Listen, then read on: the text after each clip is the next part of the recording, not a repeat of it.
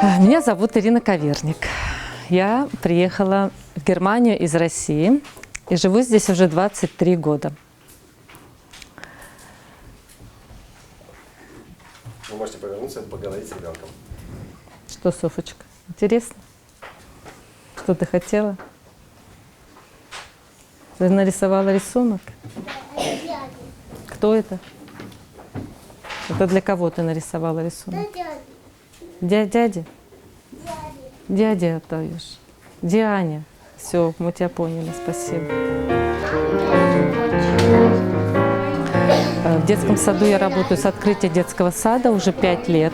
Я работаю как воспитатель и занимаюсь именно русскоговорящими проектами. То есть я разговариваю с детьми весь день на русском языке. А еще у меня в детском саду есть интересный творческий проект, называется «Русский театр». Это детский спектакль, я занимаюсь с детьми от 5 до 8 лет. Этот проект существует уже 5 лет. И цель нашего проекта именно поддерживание русской речи, развитие русской речи, словарного запаса, ну и, конечно же, знакомство с русской литературой и постановкой спектаклей именно по произведениям русских писателей. Мы уже ставили сказки по русским народным сказкам. Это была «Репка», «Маша и медведь». Потом у нас была сказка-постановка «Три поросенка». И вот последняя сказка была сказка «Дюймовочки» Ганса Христиана Андерсена. И сейчас у нас в разработке идет спектакль, подготовка спектакля по сказке «Муха-цокотуха» Корнея Чуковского. Я по образованию учитель начальных классов. То есть в России я закончила педагогическое училище имени Некрасова и 7 лет отработала в школе, именно как учитель начальных классов. Но с переездом в Германию моя дорожка пошла именно по русской речи. То есть я именно стала преподавателем русского языка для русскоговорящих детей в Германии. И у меня встала задача, как поддержать русский язык именно у моих детей.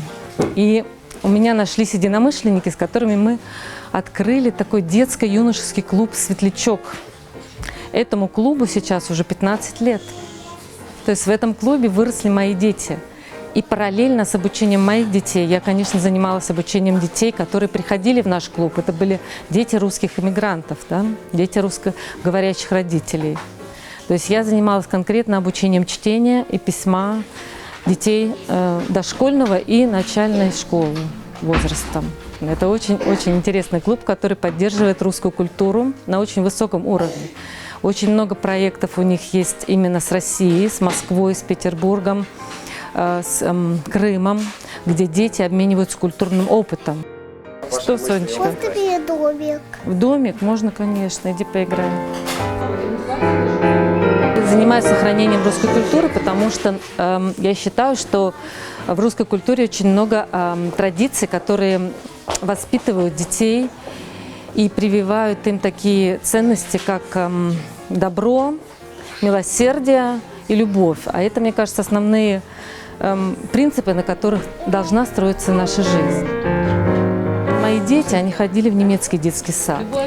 Когда воспитатели детского сада узнали, что мои дети занимаются еще в дополнительное образование, получают в русской школе, мы их так называли, русский клуб, русская школа, они были очень удивлены. То есть зачем? Немецкие воспитатели, немецкие люди, они вообще считают, что образование, оно важно, но в такой игровой, более доступной, легкой форме, чтобы было удовольствие дети получали. И считают, что мы, русские мамочки, слишком сильно навязываем детям эту культуру. Но когда они увидели наши концерты, когда они побывали вместе с детьми на наших концертах и увидели, с каким удовольствием дети сами проявляют интерес к творчеству, и еще что они общаются так свободно на своем родном языке, то они стали приглашать меня на свои немецкие праздники. И прочитала им сказку «Снегурочка» на русском языке. А дети, которые русскоязычные в садике были, они переводили на немецкий язык детям, которые были в немецком садике. То есть меня тогда это удивило. У них просто, может быть, нету такой традиции, да, как бы ставить интересные, красочные постановки с детьми, или учить какие-то стихи, или песни, представлять это на суд зрителей. Но когда мы им это преподнесли, показали, они с этим очень согласились.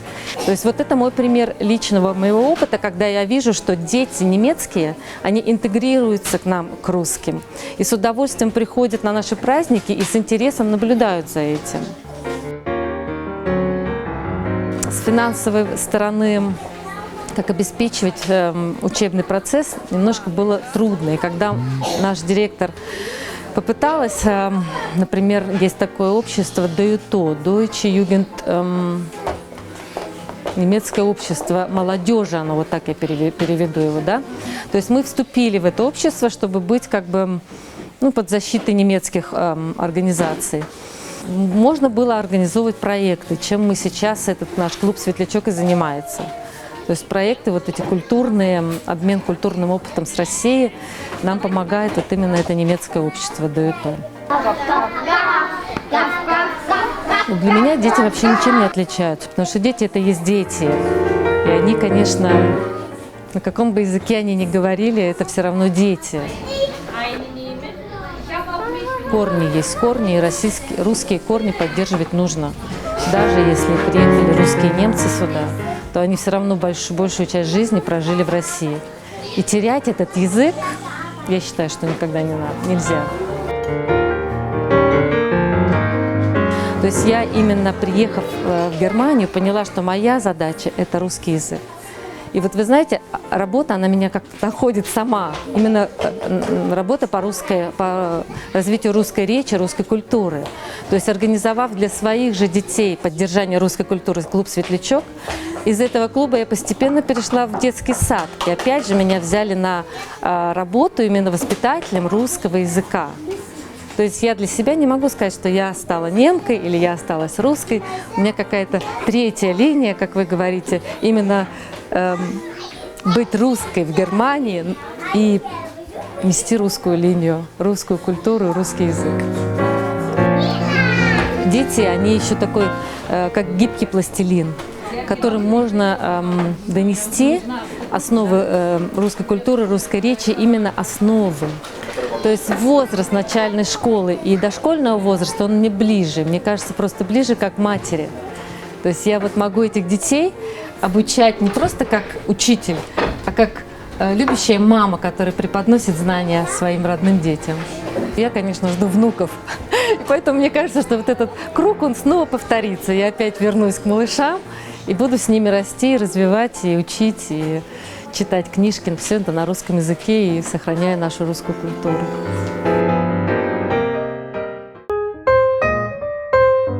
Меня зовут Людмила Хартман. Я приехала из Санкт-Петербурга. Живу в Германии уже достаточно долго, почти что 20 лет.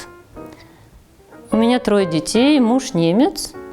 И сейчас я работаю в гимназии, преподаю там русский язык для детей, которые хотят изучать русский язык, у которых родители приехали из России, хотят поддержать русский язык. И в группах именно немецких детей, которые в последние годы проявили интерес к русскому языку, просто им интересно, и вот они хотят изучать. То есть я работаю вот с такими детьми. Кроме того, частные уроки у меня, конечно, очень много ребят, которые хотели бы тоже заниматься русским языком. Русский язык стала я преподавать здесь. А в России я преподавала спорт, потому что я занималась с беговыми коньками и работала тренером. Вот, но я закончила и филологический факультет университета в Санкт-Петербурге, и институт Герцена вот, по специальности физической культуры и спорт. Я занялась преподаванием русского языка, потому что вначале я столкнулась с проблемой потери русского языка в собственной семье, когда я заметила, что мои дети стали терять русский язык, особенно со временем. Папа немец, в семье мы разговариваем с мужем на немецком языке, и со временем у детей больше круг общения, детский садик, школа, друзья. Все разговаривают на немецком языке, и русский язык стал теряться. Мы стали думать, как можно поддержать русский язык для наших собственных детей, стали встречаться с родителями, которые также были заинтересованы в сохранении русского языка, и постепенно это переросло вот в преподавание русского языка, потому что спрос был достаточно большой, и многие хотели, также родители, чтобы ребята занимались русским языком, не потеряли родной язык. Непонятно? Непонятно. Ну, то есть, если что-то иметь, вот уже иметь в руках, это намного уже надежнее, чем если что-то. Русская школа, она, вот если говорить про русскую школу субботнюю, она существует по принципу просто клуба.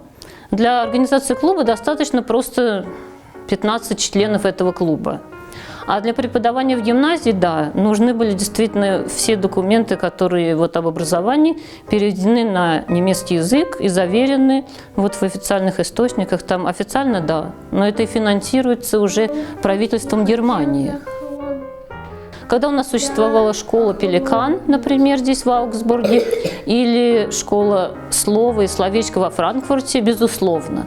Там большая была школа, и было очень много разного плана таких вечеров, масленица и, да, вечеров, посвященных русской культуре. В гимназии нет, потому что в гимназии там четко эти занятия идут согласно их расписанию. Поэтому в гимназии мы не проводим. Русские традиции мы стараемся соблюдать здесь, чтобы, конечно, наши дети тоже не потеряли эту русскую культуру. Потому что, естественно, что в Германии часто совсем ведь другие традиции.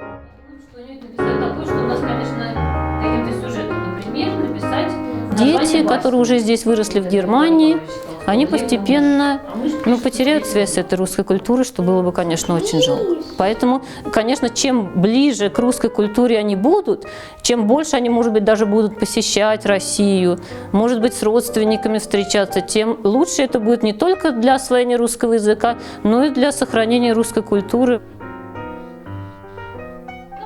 Сейчас я могу сказать, что да, в Германии я очень привыкла, конечно, жить. И когда мы уже приезжаем в Россию, спустя 10 лет, тогда я уже чувствую, что я многое не узнаю и даже что-то не понимаю. То есть теперь я в Германии уже намного больше привыкла быть, чем в России. Покупателю, допустим, Соня, а потом ты будешь паренек. Разница между немецкими и русскими детьми, безусловно, присутствует.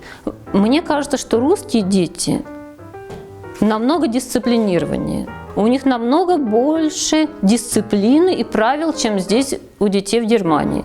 Здесь достаточно свободно себя ведут дети. Они могут всегда сидеть на полу, никогда не мыть руки, достаточно свободно обращаться к преподавателю.